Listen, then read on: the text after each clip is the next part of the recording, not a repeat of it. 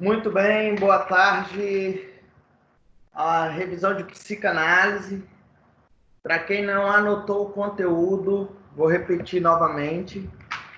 Desenvolvimento psicossexual. Lembrando que tem complexo de Édipo, então tem que estudar, tá bom? Aparelho psíquico, mecanismos de defesa e estruturas clínicas.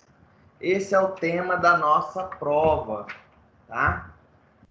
A prova vai estar muito... Eu vou fazer uma prova muito tranquila em relação à psicanálise, tá? Então, não precisa vocês se amedrontarem em relação a isso. Tinha gente ontem vai enlouquecer com isso. Então, vamos lá, pessoal. Aproveitando que a gente já começa... 1, 2, 3, 4, 5, 6, 7... Vamos começar falando aí, eu quero tirar as dúvidas de vocês. Então, por favor, está aberto a retiradas de dúvidas. Começando. Vai. Dúvidas de conteúdo. Professor, Oi. eu tenho uma dúvida só ainda um pouco entre metáfora e metonímia. Metáfora e metonímia? Então tá. Vou explicar a metáfora e a metonímia. Certo. O Antônio Quinet, ele vai fazer uma releitura do Lacan, e eu gosto muito de um livro que ele tem, que é As 4 mais 1 Condições da Análise. Que, aliás, tem lá naquele link que eu mandei para vocês, né? Que é as 4 mais 1 Condições da Análise, do Antônio Quinet. E ele vai explicar a metáfora e a metonímia para a psicanálise, da seguinte forma. Como eu expliquei o significado e o significante, então nós temos um significado, né, de um gozo total, e quando a gente expressa algo, vem em forma de significante. Por quê? Porque algo se perde. Esse gozo, que é o que o Quinet vai chamar de linguisteria. Então, quando eu falo algo, estou com vontade de comer chocolate. Essa minha vontade, ela é para além disso. Só que eu não consigo expressar ela por completo. Então, eu só expresso, quero comer chocolate. E aí, essa é a forma de manifestação do significado do sujeito, do gozo, né? Que eu já expliquei. Hein, professor? É tipo assim, quero comer chocolate. Mas, tipo assim, quando eu falo quero comer chocolate, eu quero sentir o sabor do chocolate, eu quero sentir o doce ou o amargo dele. Eu não consigo especificar Tudo. que é a sensação do chocolate que eu quero sentir, é isso? Exatamente, você não consegue expressar tudo. É a mesma coisa, sabe quando a gente fala assim, ó, um exemplo, sua filha chega para você e diz assim, mãe, eu te amo, né? Só que o amor dela é mais do que isso. Só que esse significado completo ela não consegue expressar. E ela usa a linguagem para falar sobre isso. E quando eu falo de linguagem, eu não falo só da linguagem verbal, tá? Mas quando ela fala eu te amo, ela está só expressando uma parte desse gozo. Eu te amo, só que é muito mais além. Você pode dizer assim, eu amo minha mãe, né? Mas não é o suficiente para expressar. E aí o Quinet vai pegar a psicanálise, Lacan, e ele vai falar o quê? Que a gente vai se utilizar da expressão linguística, né? Para expressar essas questões, diante da metáfora e da metonímia. O que é a metáfora? A metáfora é o sentido metafórico, totalmente dito, das situações que eu expresso, que eu desejo. O meu significado, né? Ele vem através de um significante. E esse significante, ele é expresso através de uma metáfora. Por exemplo, quando eu digo assim, ó, Maria, que é minha mãe, é uma flor. Isso é uma metáfora. Maria é uma flor. Quando eu falo que Maria é uma flor, vocês já entendem o quê? que ela é cheirosa, que ela é delicada, que ela é formosa, não é? Não tem todo esse significado? Que ela tem aquele cheiro maravilhoso, aquele perfume, enfim. Então eu estou usando uma metáfora. Eu uso uma metáfora. Maria é uma flor. Maria é uma flor, eu expresso isso de forma metafórica. Vou pegar um exemplo, né? De uma fala, assim, de um livro de casos que vocês vão estar em acesso a ele, que é o do Gabriel Rolon. Mas tem uma metáfora que a gente pode usar, que é no momento em que ele pode, o sujeito ele expressa da seguinte forma, na clínica.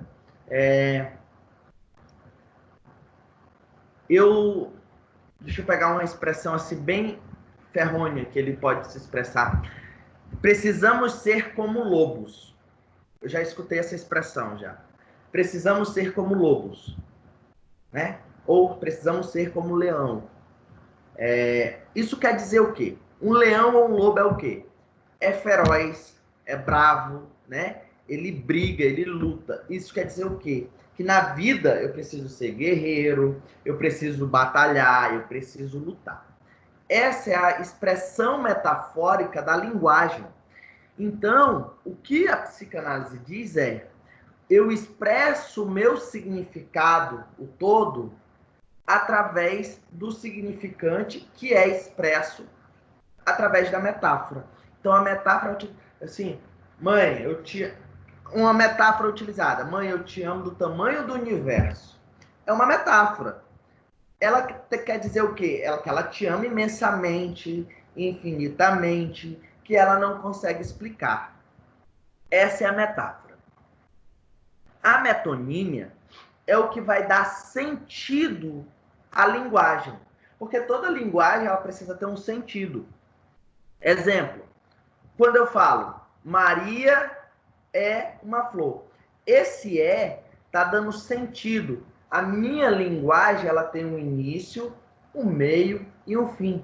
É uma metonímia. Metonímia vem dessa linha de compreensão, de junção, né, entre o sujeito e a característica, por exemplo.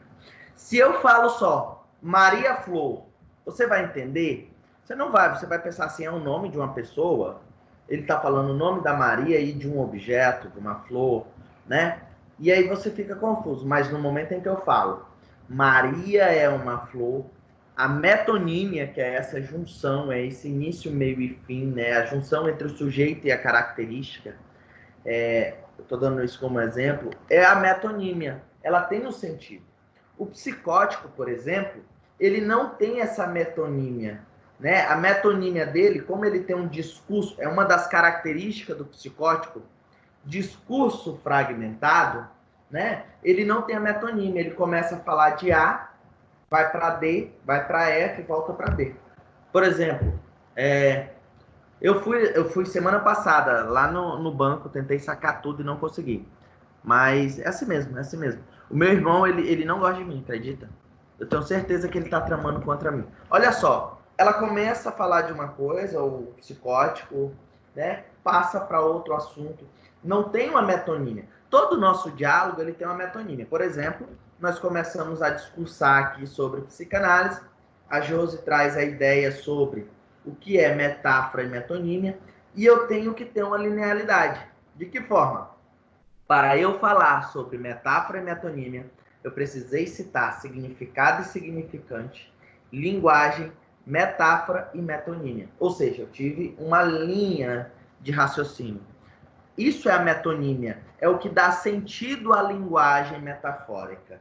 É o que dá sentido à linguagem que expressa o significante, que é parte desse significado do desejo.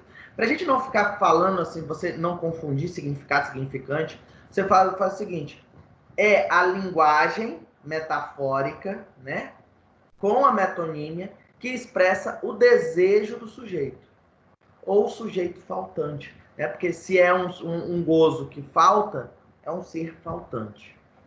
Deu para entender? Entendi mesmo.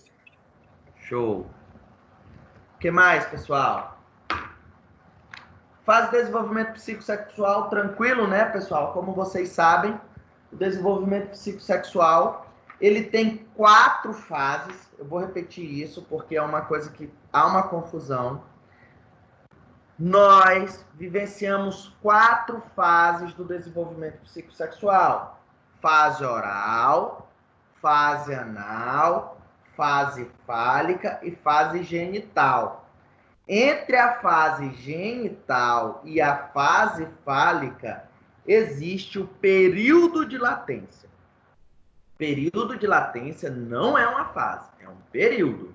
Bom, nós temos a fase oral, que é onde a criança ela está voltada à sua zona erógena, né? É a boca, onde ela tem um processo de sucção. Então, ela suga ali. Ela tem dentro da fase oral, a gente vive a fase de sucção e a canibalesca, né? Que é a de destruição. Então, a criança ela vai primeiro sugar, é onde ela vai introjetar o mundo, né? E ela destrói esse mundo.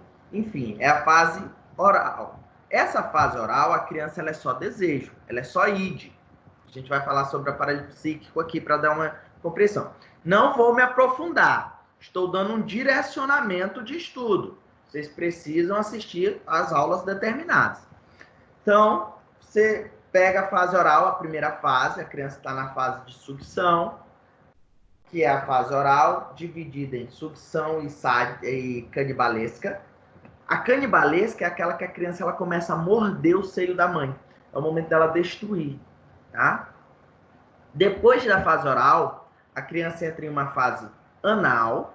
A fase anal é quando a criança, o que ela introjetou na fase oral, agora ela vai expelir. Aqui a criança ela começa a desenvolver um ego, né? Porque ela desenvolve o que o Freud chamou de narcisismo primário. Então ela vai vivenciar aquele narcisismo, onde ela acha que pode tudo, onde ela controla tudo, certo? É o momento em que ela vai dar o primeiro presente ao seu cuidador, né? O que é as fezes. E o prazer da criança está em reter e expelir as fezes. Porque a gente entra lá no princípio do prazer. O segurar, o reter as fezes ocasiona um desprazer. Mas o momento em que ela expele eles, ela também tem um prazer.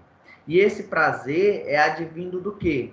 Do controle, tá? Que ela tem. É advindo do processo de ser o centro das atenções, beleza? E a forma como ela vai receber esse presente é muito importante, que é como o sujeito muitas das vezes vai se perceber em uma visão de mundo, tá? Aqui o sujeito é ego, está construindo. A fase fálica, e aqui é um ponto, uma característica da qual é, que a gente fala assim, ó, a fase fálica, dentro da fase fálica acontece o édipo, né? Aí as pessoas caracterizam a fase fálica como sendo somente édipo, e não é. Na fase fálica é o momento em que a zona erógena é os órgãos genitais. E a criança começa a manusear esses órgãos genitais. Essa é a característica principal. Ela entra nessa fase, manuseia, não se tem a diferença entre sexo, então ela não sabe o que é menino ou menina. Para todas as crianças, elas têm um objeto peniano, tá bom? A mulher, ela tem, e ela acredita que vai se modificar, então ela pensa o seguinte, eu tenho um objeto fálico, só que ele é diferente, ele vai se modificar e vai se formar num grande objeto que eu desejo. Só que aí é nesse momento que ela está nesse manuseio, nesse toque, que ela começa a viver o édipo, porque ela adentra uma relação incestuosa com a mãe. E aí o édipo acontece daquela forma que eu expliquei, né? O menino, objeto fálico da figura materna, ele acredita ser essa figura de amor, deseja incestuosa a mãe e rivaliza com o pai. No momento desse édipo, precisa ocorrer uma castração da figura paterna. Lembrando, figura paterna castra tanto o menino quanto a menina. Ambos, a castração ocorre pela figura paterna, beleza? Então, a menina, o menino, né, que está nessa relação incestuosa com a mãe, rivalizando com o pai, no momento em que é castrado, ele começa a recusar, né, esse amor pela mãe, ele começa a ter a angústia da castração, e essa angústia da castração é o medo de perder o objeto fálico, de fato, o objeto peniano, e ele pensa o seguinte: não, eu não posso ficar com a minha figura materna ou com a minha mãe, que ela já é do meu pai, então eu preciso me identificar com ele, eu quero ser igual a ele, né, e quero ter uma mulher igual à minha mãe. E ele busca. Essa castração, ela é muito importante e ela é a principal, né, para o processo de estruturação. É o momento, como diz Freud, é o momento em que a criança escolhe a sua neurose. Para Lacan, seria a escolha forçada. A menina é diferente. A menina, quando entra no Édipo, ela entra amando a mãe. Ó, o menino já com objeto. Aí o que ela tem que fazer? O menino, ele ama, depois ele odeia o pai, depois ele se identifica com o pai e busca uma mulher igual à mãe. A menina não. O Nasio, ele destaca o seguinte: enquanto o menino está saindo do Édipo, a menina está entrando. Por quê? Porque ela começa amando essa mãe. Depois, essa figura materna, tá? Eu falo mãe e pai, mas é figuras maternas e paternas. Depois que ela ama essa figura materna, ela começa a perceber que ela não tem o órgão fálico que ela tanto acreditou ter. E aí o que ela faz? Ela começa a odiar a figura materna e desejar um filho, né, que o pai dê a ela um objeto fálico, que seria o filho, representado pelo órgão fálico. E aí o pai vai fazer a castração, então ela amou a mãe, depois ela odeia, ela culpa a mãe por não ter lhe dado esse objeto. E aí quando o pai castra ela retorna a se identificar com a mãe agora. Então ela amou, odiou, agora ela se identifica, tá? E aí é onde ela também escolhe a sua neurose. Quando Freud fala de neurose, pessoal, é porque naquela época ele não considerava-se muito os psicóticos vivenciando o Édipo. Eles vivenciam. A diferença é que a castração, ela é meio que inexistente. Ela é meio não, ela é inexistente. Desculpa. No psicótico. Mas ele vivencia um Édipo, tá? E com a vivência da castração, a criança adentra numa estrutura. Aí vem o período de latência, que não é uma fase, que é o período de latência. É o quê? É o período em que a criança começa a se voltar às questões sociais. Ela começa a ir para a escola, começa a brincar mais. Por que isso? Porque ela precisa recalcar toda a vivência anterior. O Édipo, tudo. Tá? Dúvida até aqui? Tranquilo, né? Beleza. Então, entra-se no período de latência, que há esse processo, e após isso entra-se na fase genital, que é a que nós entramos na adolescência e vivemos nela para o resto da vida. Que é o momento o quê? É o momento, veja que lá na fase oral eu tinha só a boca como zona erógena. Na anal eu tinha o controle dos esfíncteres e o ânus como zona erógena. Na fálica, o meu órgão genital, né? Agora na fase fálica, desculpa. Agora na fase genital, eu vou ter prazer em todas as zonas erógenas. E o meu objeto de desejo, ele vai para fora do meu âmbito familiar. Isso quer dizer o quê? Que eu vou transferir, né? Eu vou deslocar essa energia sexual para um outro fora do meu meio familiar, que é um amigo, né, uma namorada, um namorado e assim por diante. Você transfere, é o deslocamento, tá? E aí a gente vive nela para toda a vida. Lembrando que nós estamos constantemente utilizando as zonas erógenas. Existem pessoas que são fixadas em algumas. Por exemplo, quem fuma pode-se dizer que é uma pessoa que está fixada na fase oral, tá bom? Beleza? E aí, dentro desse processo é que começa o aparelho psíquico. Pessoal, o aparelho psíquico, e não tem como falar de desenvolvimento sem falar de aparelho psíquico, porque assim, é aí no desenvolvimento que eu vou construir o meu aparelho psíquico. Aparelho psíquico tem duas tópicas. O aparelho psíquico é dividido em duas tópicas. Primeira tópica, consciente, pré-consciente e inconsciente. A consciência é todo o conteúdo transitório que eu estou tendo contato agora. Por exemplo, estou falando de aparelho psíquico, está tudo na minha consciência. Não estou tendo esforço para lembrar, eu acesso tranquilamente. Por que é transitório? Porque amanhã eu posso não lembrar mais, está lá no meu pré-consciente ou no meu inconsciente. Beleza? O pré-consciente é aquele conteúdo que eu preciso fazer um esforço maior. Ele é reprimido, mas com um esforço eu consigo acessar. Então, todo o conteúdo que eu tenho que fazer um esforço psíquico para acessar, eu digo que esse conteúdo está no pré-consciente. Já o inconsciente, eu não acesso o meu inconsciente. E eu já falei isso e eu repito. É o meu inconsciente que se manifesta através da linguagem, como nós já falamos, e através de sintoma, xistes, ato falho e sonho. O sonho, né, é todo o pensamento fantasioso onírico que nós temos. Você deita, dorme, você sonha. Ali tem conteúdos representados, né, pelo seu inconsciente. Então, o seu inconsciente está se manifestando. Professor, eu tive um sonho nada a ver. Tudo bem, mas tem algo aí que tem uma representação. O xistes é o brincar, né? Então, eu brinco para falar algo que eu desejo ou algo que me causa angústia. E o ato falho é quando eu quero falar algo, eu falo outra coisa. Porque é como o Freud mesmo falou. Nós não falamos pelo inconsciente, o inconsciente fala por nós. Então, você está em uma associação livre, você vai falar uma coisa e... Opa!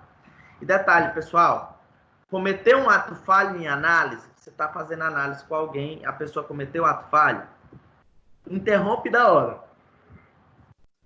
Professor, Oi. Naquela série do Freud tem uma cena que eu acho interessante, porque a noiva dele é a Marta, né? E lá na série ele tem uma fera ali com a Fleur. E aí ele escreve uma carta e tal, e tal, e tal. E na hora que ele vai assinar, ao invés de ele escrever Marta, ele escreve Fleur. Aí eu lembrei agora dessa cena. Isso mesmo.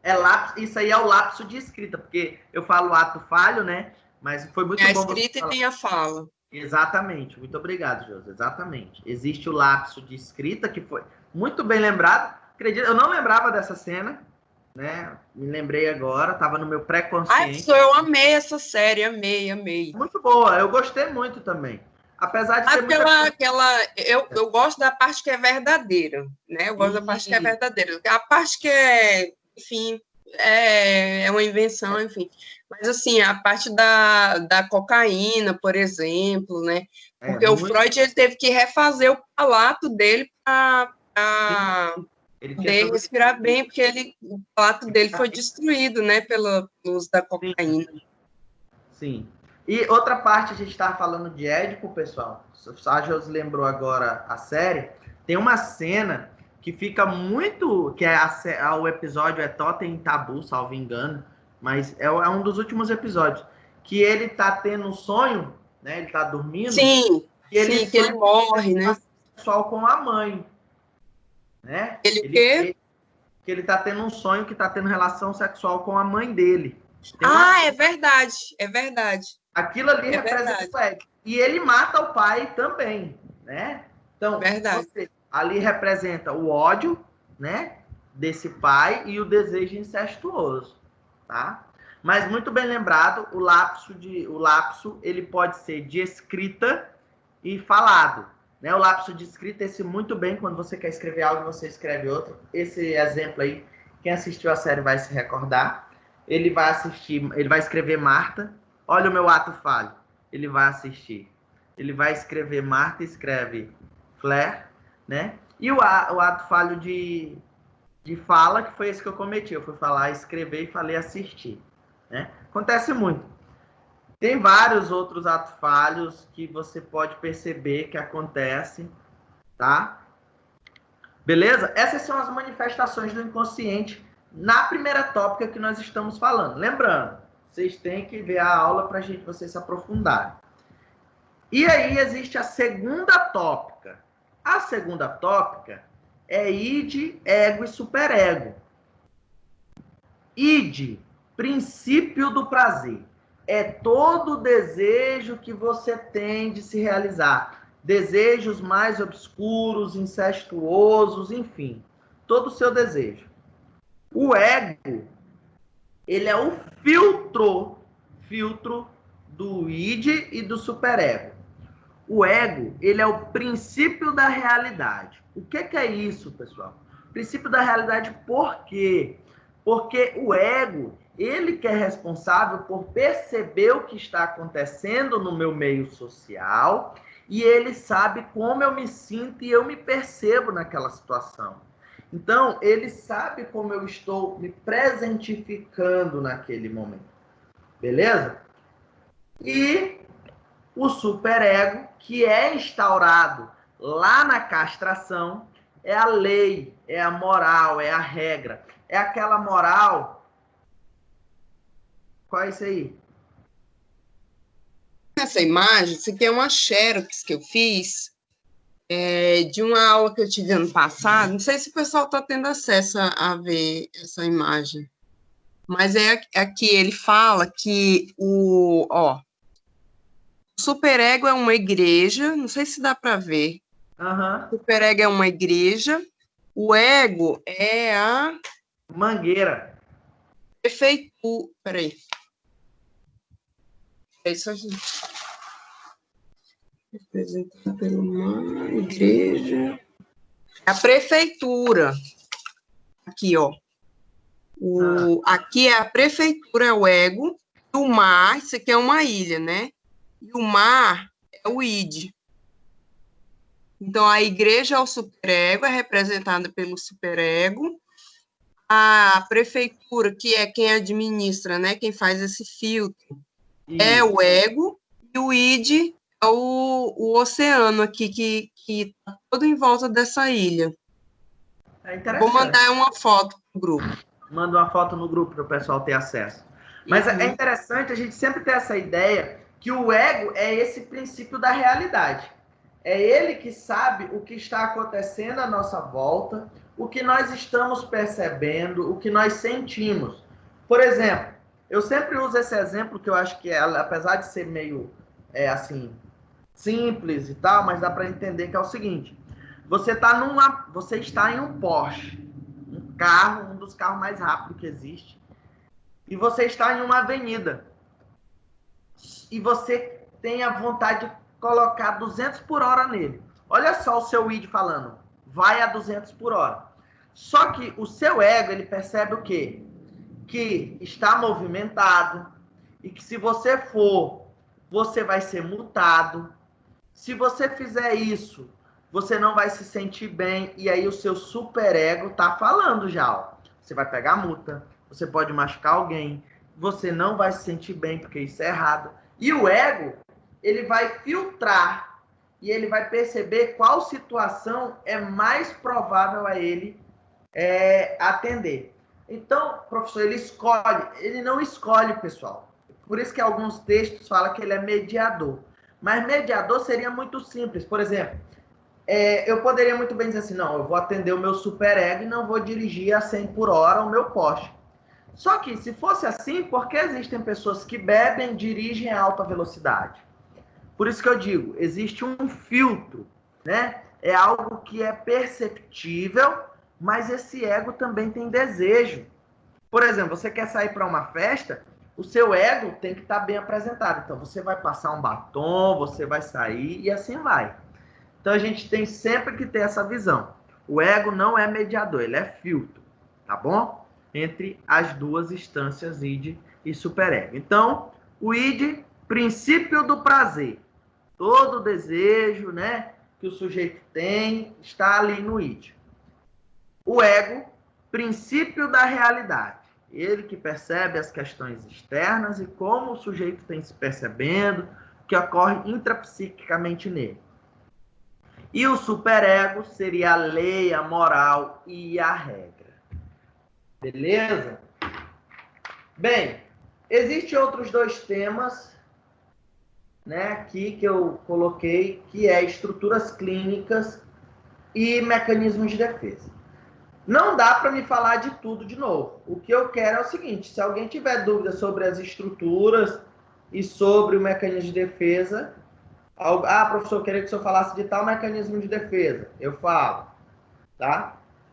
Agora, estrutura clínica tem ali 3 vídeos, que são videoaulas, falando de cada estrutura clínica, que aí é bom vocês assistirem, porque amplia o conhecimento. Mas, se alguém tiver dúvida sobre algum mecanismo de defesa ou algo do tipo, pode perguntar que eu estou à disposição para retirar. Só para relembrar, então, as estruturas clínicas são neurose e psicose, né? Hiperversão. As neuroses e a depressão? Neurose, psicose e perversão. Ah, tá. Sim, perversão. Aí, então, é neurose, psicose e perversão. E as neuroses são histérica e obsessiva. Isso. As psicoses são paranoica, esquizofrênica e alguns consideram como autismo. O autismo também, né? Como se fosse 3. Alguns autores consideram, né? E a perversão, a questão não da maldade, mas a questão mais voltada para a parte sexual, né? O perverso não é só sexual, tá? O perverso ele é voltado, sim, para essa questão da manipulação, de ver o sofrimento do outro mesmo. O perverso está para ver o outro sofrer. Por que é isso? Porque ele acredita que ele é superior a todo mundo. Por ele saber que tem uma falta, e ele pensa assim, eu sei que eu tenho uma falta. Como ele desmente, que esse é o mecanismo de defesa do perverso, desmentir, eu sei que eu sou castrado, eu sei que eu tenho uma falta, eu sei que eu tenho uma lei, tá bom, a tua lei é superior à minha, mas eu vou te mostrar que eu consigo ser superior a você. E é por isso que eles têm esse jogo de manipulação. Ele nunca vai se relacionar com as pessoas por uma relação afetiva, ele estará mais por um ganho próprio, tá? Tem todo esse jogo. Tanto que a gente Porque naquele texto lá que fala de perversão, ele fala de um rapaz que ele nunca consegue levar um relacionamento a sério, ele faz vários anos ele faz, se eu não me engano, 2 anos de análise com um psicanalista, e aí ele tem relações com homens, mas é só sexo oral, e ele gosta de fazer sexo oral em homens sujos. Quanto mais sujo, para ele, melhor. E aí, depois da análise, né, que ele vai na terapia e tal, depois de 2 anos ele consegue entrar numa relação e se fixar nesse relacionamento com outro homem. Aí ele... neurótico obsessivo, né? Mas lembra que você mandou esse texto falando desse cara? E ele fala da perversão nesse texto, né? Eu entendi que a perversão ela tinha mais um cunho sexual do que essa questão da manipulação, mas pensando bem, né, refletindo como você está falando, então faz sentido. E assim, ó, o perverso em si, veja que o prazer do perverso não está, como no caso que você traz, não está no sexo, está no homem sujo. Quanto mais sujo, melhor para ele. Então não é o ato sexual. E é interessante uma coisa que a gente pontua, né? Tem muito livro que vai ter casos reais de perversão, mas, pessoal, maioria das vezes o perverso ele não vai procurar terapia, porque ele acha que ele é muito superior para necessitar disso. Então, vocês são pessoas muito... Já entra em um mecanismo de defesa que a gente falou lá na aula gravada, que é a clivagem do ego. O que é a clivagem? É quando tem uma curva. Então, ou eu sou bom, ou eu sou mal. Eu não tenho meio termo, eu sou um ou sou outro. O perverso, ele tem muito isso. Ele cliva o ego dele. De que forma? Ele sabe que na sociedade ele tem que ser o homem inteligente, bem-humorado, que se dá com todo mundo, né? Um cara muito amigável, sorridente, muito inteligente, bem-sucedido. Mas ele tem um outro lado também, que é aquele que faz as maldades. Seja um pedófilo, seja um homem que abusa, estupra ou que mata, né? Ted Bundy, por exemplo, quando ele foi para o processo de audiência dele, teve pessoas que foram testemunhas a favor dele, porque destacava que ele era um homem bom, amigo, né? Isso quer dizer o quê? Isso é uma característica da clivagem. Ali, ele está dizendo o que na sociedade e para esse superego? Eu estou seguindo as normas ditas, mas eu sei que a minha lei é maior. E aí, quando ele mata, né? Ele trama tudo aquilo, ele faz aquele processo de clivagem, onde agora eu sou o sujeito que atende ao meu id, ao meu desejo total. Tá? Eu tinha uma professora minha, a professora Fabiane Messias, né? Muito excelente, né? E ela explicava o perverso. Ela falava assim, as pessoas diziam assim, mas o perverso ele não tem superego? E ela dizia assim, não, ele tem. E o perverso ele tem um superego muito aflorado. Porque ele sabe que falta nele, então ele tem esse superego muito elevado. Por isso que na sociedade ele é esse sujeito bom samaritano, vamos dizer assim. E ela fala o seguinte, é o perverso, imagine ele como um rádio. E você aumenta o som. O som é o superego. Então, quando ele está na sociedade, o som dele está no máximo. Porque ele precisa ser o cara mais exemplar, que não dá pinta, né? É esse sujeito amável, carinhoso, afetuoso.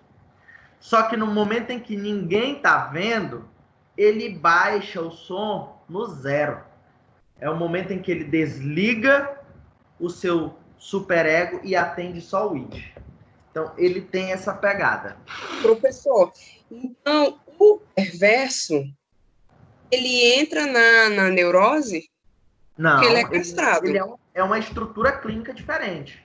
Ah, Né? tá. Ele então, são três estruturas, é a psicose, a perversão e a neurose. Porque o perverso, então, ele é castrado, só que, então, tem a mente clivada, né? Ele vivencia a castração, só que ele desmente. É como se ele dissesse assim, ó, tá, eu sei que existe uma falta, mas eu não quero isso aí. Aí ele tapa aquela falta como objeto de fetiche. Uhum. A maioria dos objetos de fetiche do perverso pode ser um sujeito, mas também pode ser considerado poder, tá? Ter poder sobre o outro. Então, ele tem. O neurótico, quando ele vivencia a castração, ele vivencia, ele tem a angústia, só que ele não desmente, ele recalca. Ele nega e ele se depara com a falta. Então, ele diz assim, opa, eu tenho algo. Então, eu preciso buscar completar essa falta. O perverso, ele não diz assim, eu preciso completar, eu buscar completar. Ele diz assim, não, tem essa falta, mas eu vou completar. Eu sei completar. Eu não preciso buscar. Porque é isso que faz o neurótico se mover, né? A busca de preencher essa falta da castração, onde tem aquela falta.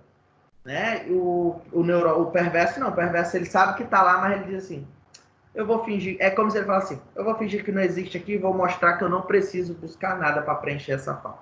Eu sou autossuficiente. O psicótico não, desculpa. O perverso, ele tem também uma característica que é a mentira patológica, tá?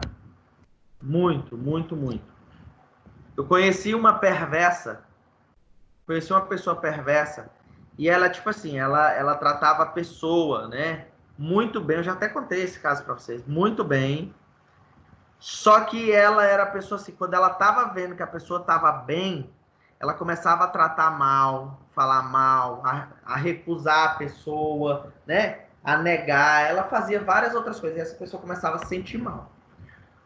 E o perverso tem um porém, quando ele perde o objeto de desejo, esse objeto de manipulação dele, o que ele faz? O objeto está aqui.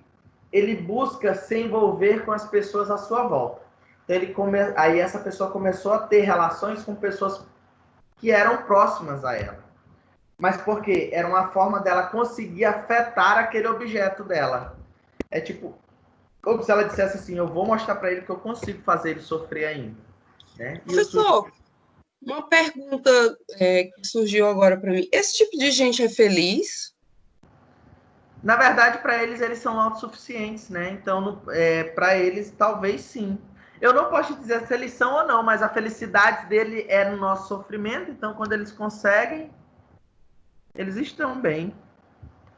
Eles não têm uma questão emocional, afetuosa. Eles, assim, ó, eles tentam se aproximar das pessoas amigas. Aí, tudo. Aí ele não conseguiu, tá bom, então. E ele parte para outro, e ele busca outro objeto para fazer esse outro objeto o mesmo processo. Então, para ele, o prazer dele está aí, nessa jogada. Entendi. Professor? Uma coisa bem interessante, verdade, que o senhor falou sobre a questão do perverso, ser feliz na infelicidade do outro, tipo, quando o outro tá mal, né? Tipo, eu conheço uma pessoa que realmente é assim, tipo,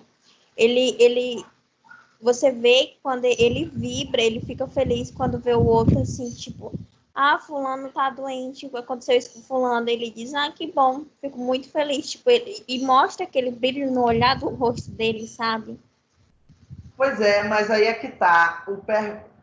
Muitas das vezes pode ser um traço perverso, porque tem isso, né? Existem pessoas que são neuróticas que têm traços perversos. O perverso mesmo, ele pode expressar, mas ele não expressa muito assim. Porque lembra que eu falei, o perverso ele precisa se mostrar na sociedade o bom samaritano. Então, ele não vai expressar dessa forma. Ele vai se expressar assim, nossa, ele vai ajudar, ele, sabe? Aí pode ser um neurótico com traço perverso. Pode ser. Mas para outras pessoas, ele é um bom samaritano. Você, quem conhece, diz, meu Deus, ele é uma ótima pessoa. Mas para quem conhece ele, que é de perto, a gente sabe que ele está fingindo. Entendeu? Eu não posso dizer se ele é perverso ou não, porque eu não o conheço e não. Né? Mas é possível. O perverso é. Eu costumo dizer assim, eu e o professor Kleber, a gente fala assim, existe muito mais perverso do que a gente imagina nessa sociedade. Acredite. Eu tive um amigo. Olha a metáfora que eu vou usar agora. E eles estão vestidos de ovelhas. Né? Eu tive um amigo de muitos anos. Tipo, a gente foi amigo durante 8 anos. E aí ele arranjou uma namoradinha. E aí ele me mostrou a foto dela. Eu falei assim, amigo, sempre arranjo umas namoradas assim, com carinha de sonsa. Aí ele não gostou desse comentário que eu fiz e ele não me apresentou essa moça. Demorou para me apresentar para ela. Aí, quando finalmente nós fomos apresentadas, eu falei para ele, ela é bonita e tal. Professor, essa menina, ela começou uma birra comigo, um ciúme comigo, e ela simplesmente fez com que ele fosse na minha casa a dizer que ele não queria mais ser meu amigo por causa dela. Aí ela pegou, mas ela se fazendo de boazinha. Aí ela pegou, foi na casa da minha melhor amiga, eles iam se casar.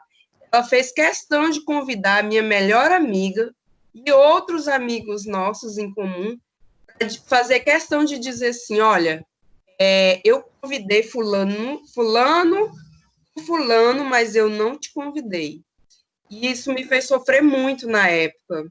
Mas é uma coisa superada já, graças a Deus. Mas, tipo assim, eu vi a perversidade dela no fato dela se cercar das pessoas que me conheciam para entregar o convite de casamento e fazer questão de que as pessoas me falassem, olha, eu recebi o casamento, o convite de casamento do fulano, mas eu não recebi, sabe? Eu me senti humilhada na época, assim, porque foram 8 anos de uma boa amizade, e ele jogou tudo fora por causa dessa mulher.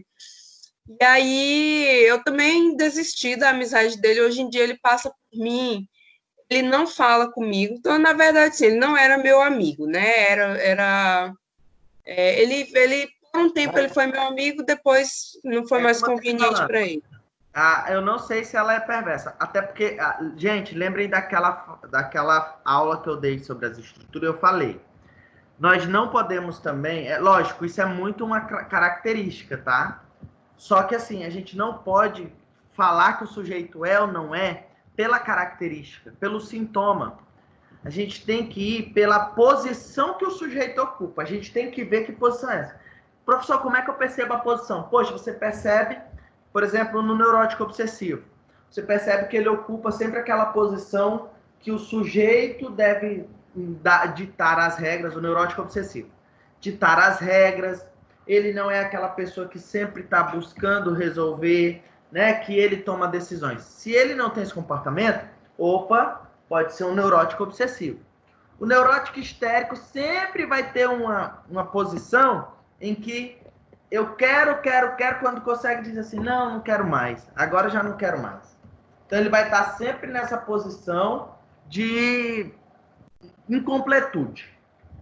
O perverso, ele vai estar sempre nessa posição aí, muito parecida com essa que a Josi traz, de tipo assim, tudo bem, você é muito boa, né? Ele sempre dando muito afeto, carinho, só que em algum momento, você não vale nada, tem que ter cuidado. E o perverso, a Josi falou essa questão de amigo aí, uma característica do perverso é distanciar o seu objeto, né, dos amigos, dos familiares. Então, quem é o objeto desse perverso, muitas das vezes se distancia de amigos. E assim, não é algo explicável, porque ele faz um jogo de manipulação que a pessoa finda a se distanciar mesmo. E foi isso que aconteceu. Ele se distanciou até da mãe dele. Ele se distanciou da mãe, do pai, dos outros irmãos. E ele vive uma vida com ela. Eu sei que ele não é feliz, sabe? Eles casaram e tudo, mas eu sei que ele não é feliz, porque as pessoas felizes, elas não se deixam manipular, né? Elas vivem uma vida, assim, como neurótica, né? Como neurótica, a gente sempre está buscando, a gente é incompleto.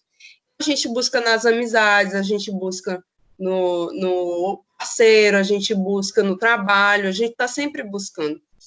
Eu vejo que esse meu ex-amigo, ele não é uma pessoa feliz. No entanto, ele meio que se nutre disso, porque ele não consegue sair disso. Quando eu falei para ele, eu falei assim, olha, eu achei muito, muito feio o que você fez, de vir aqui na minha casa, de desfazer a amizade comigo. Aí ele falou assim, não me julgue, só ore por mim, foi o que ele falou. Porque eles são de igreja, né, e tal. E aí, eu falei para ele que eu fiquei muito decepcionada, muito desapontada com a atitude dele, e ele falou assim, não me julgue, só ore por mim. Então, quer dizer, ele estava numa situação totalmente dominado por ela. E a primeira coisa que ele fez foi sumir da vida da gente, depois da família dele. Ninguém gosta dessa moça. Pesado. Pois bem, pessoal, dúvidas? Se não, estarei encerrando agora a nossa aula. Nossa prova de psicanálise é terça-feira, tá? Liberarei a prova às 14h30. Antes, às vezes, 14 horas, eu já estarei liberando ela. Tá bom? Estarei à tarde de terça-feira, das 14, né, que é o nosso horário de aula, das 14 até às 18. Vou deixar até às 18 aí para tirar a dúvida de vocês. Tá bom? Vou encerrar aqui a nossa revisão. Eu vou baixar hoje os vídeos e vou postar todas as revisões, ok? Obrigada, professor. Tchau, tchau. Tchau, tchau, pessoal.